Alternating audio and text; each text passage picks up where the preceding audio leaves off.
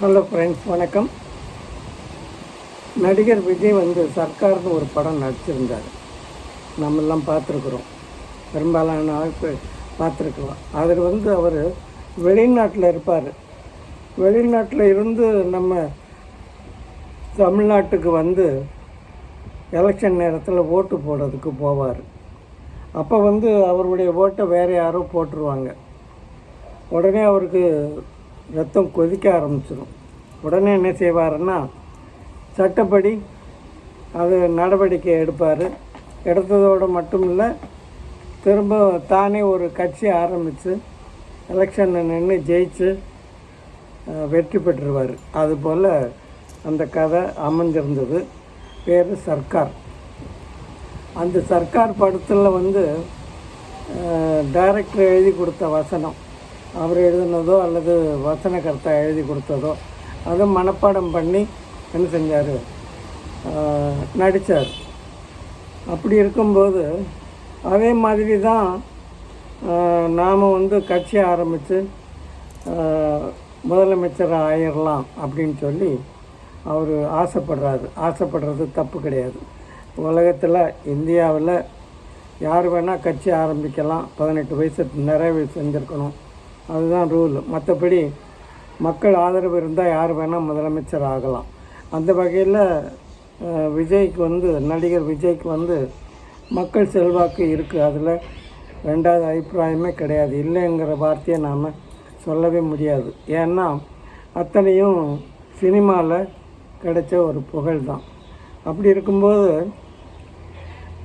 நான்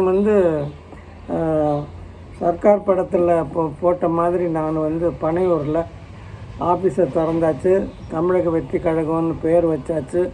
1 வருஷம் ஆயாச்சு. அங்கேருந்து தான் அவர் என்ன செய்கிறாருன்னு சொன்னால், அரசியல் நடத்திக்கிட்டு இருக்காரே தவிர ஒரு ஒன்றோ ரெண்டோ மீட்டிங்கில் பேசியிருக்கிறாரு. ரசிகர்கள் திரைப்படத்தில் பார்த்த ஒரு நடிகரை நேரில் பார்க்கணும் அப்படின்னு சொல்லி ஆசைப்படுறது இயற்கை தான். நம்ம பார்த்துருக்குறோம். ஜெயலலிதா அம்மாவையும் சரி, எம்ஜி ராமச்சந்திரனையும் சரி, மக்கள் பார்க்குறதுக்கு அலையாக வருவாங்க, கூட்டமாக வருவாங்க. அதுபோல் தான் விஜயை பார்க்குறதுக்கும் கூட்டமாக வராங்க, வந்துக்கிட்டு இருக்கிறாங்க. அப்படி இருக்கும்போது இவருக்குன்னு ஏதாவது தனியாக கொள்கை இருக்கான்னா இல்லை. திமுககாரங்க என்ன சொல்கிறாங்களோ அதைத்தான் இவர் சொல்லிக்கிட்டு இருக்கிறாரு. அதே சமயத்தில் ஒரு மீட்டிங்கில் என்ன சொல்லியிருக்கிறாருன்னா, மத ரீதியாக மக்களை பிரிக்கிறது இந்த பாரதிய ஜனதா கட்சி அப்படின்னு சொல்லியிருக்கிறாரு. அரசியலில் வாரவர் கரைச்சி குடிக்கணும். அரசியலில் என்ன நடக்குங்கிறது தெரிஞ்சுக்கிட்டு பேசணும். அவங்க என்ன ரீதியில் அவர் இப்படி சொல்கிறாருன்னு தெரியல. அதாவது இந்தியாவில் பெரும்பாலான மாநிலங்கள் ஆடுறது அந்த பிஜேபி தான். அதில் எப்போவுமே தெய்வீகம் இருக்குது, கடவுள் பற்று இருக்குது, அதே சமயத்தில் தேசப்பற்று இருக்குது. யாரெல்லாம் தேவையில்லாமல் நாட்டை மோசமாக சித்தரிக்கிறாங்களோ அவங்கள தீவிரவாதிகளையும் கட்டுப்படுத்துகிறாங்க. ஊழல்ங்கிறது 95%, 100% சொல்கிறாங்க.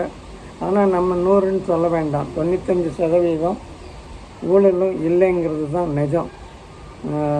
மோடி தனக்குன்னு எதுவும் சேர்த்துக்கிறது இல்லை. அவர் மனைவி கூட அவர் பேசுகிறதில்ல.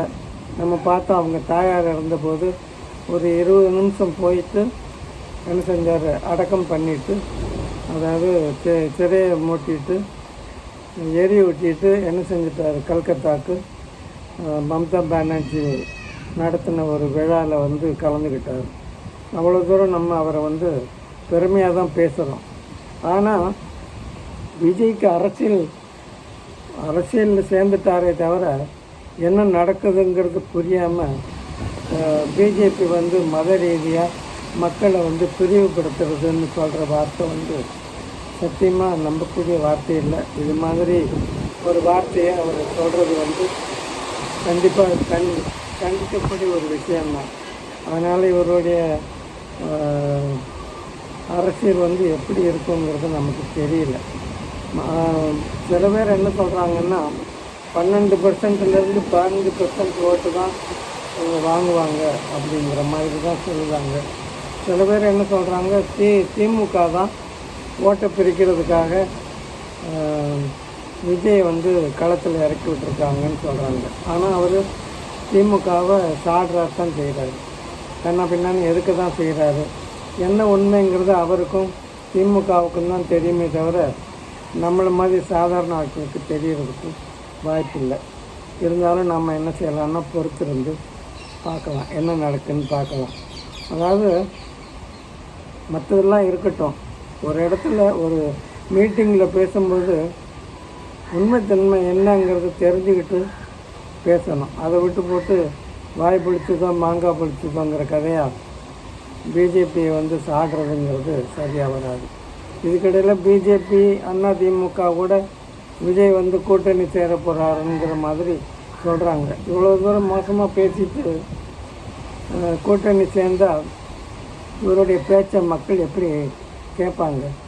அதாவது கூட்டணியில் சேரணுங்கிற எண்ணம் இருந்ததுன்னா இது மாதிரி லூஸ் டாக்கு விடக்கூடாது. தேவையில்லாமல் இப்போ அதிமுகவை அவர் அதிகமாக எதிர்க்கிறது இல்லை அப்படின்னு சொல்லி நம்ம பார்க்குறோம். அப்போ பிஜேபியும் எதிர்க்காமல் இருந்தால் சந்தர்ப்பம் எப்படி வருதோ அப்படி செய்யலாம்.